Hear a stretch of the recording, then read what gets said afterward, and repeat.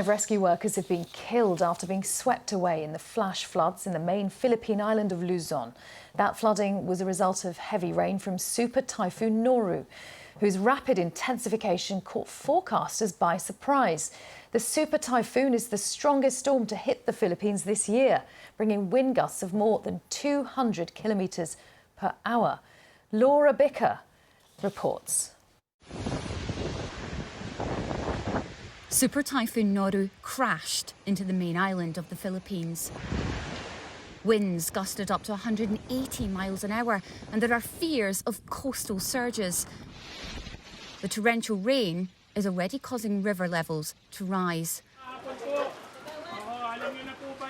Red Cross volunteers worked their way through low-lying neighbourhoods, ushering the vulnerable to safety.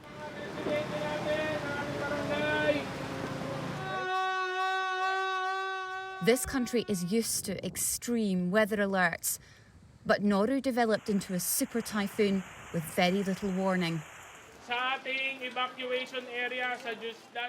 More than 8,000 people have now sought shelter. I evacuated the house that I'm living in because I'm scared. The floods there get really high and I don't want a repeat of what happened to me before. As this storm makes its way over land, people here can only wait and hope they've done enough to stay safe. Laura Bicker with that report. Well, a short while ago, Laura gave me another update from the affected region of San Vicente. We're on the main road to San Miguel here. All day people have been trying to get through. The floodwaters are receding, but as you can see, I'm just going to ask Chi-Ching to move the camera around. You'll see that the floodwaters, as soon as you get off this main road, get chest deep. And many of these houses, many of these neighbourhoods are deluged. We've been in a couple of the neighbourhoods this morning and up to chest deep they are in water, and many people are just sitting on their roofs handing food to one another. Around 74,000 people overnight were taken to various shelters, from churches to community centres. They were given food. Other people have chosen to stay with relatives, but I'm told that many people didn't want to leave their homes because they were worried about looting. Now, this super typhoon formed extremely quickly, but there was time for aid agencies to get prepared. All of the warnings went out, and it does seem that many people heeded those warnings and got to safety as soon as they could.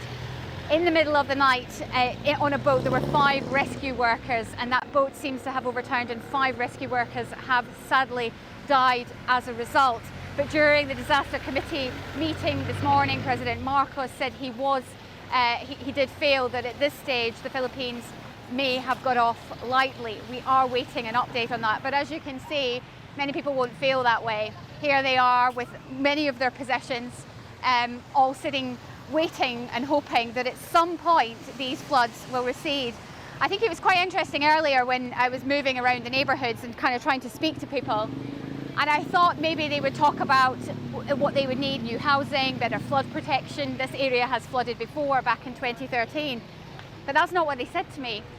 When I asked this young woman, 21-year-old Kelsey, from her window, one of the first things she said to me is, please tell the world that they need to focus on climate change. Laura Bicker in the Philippines.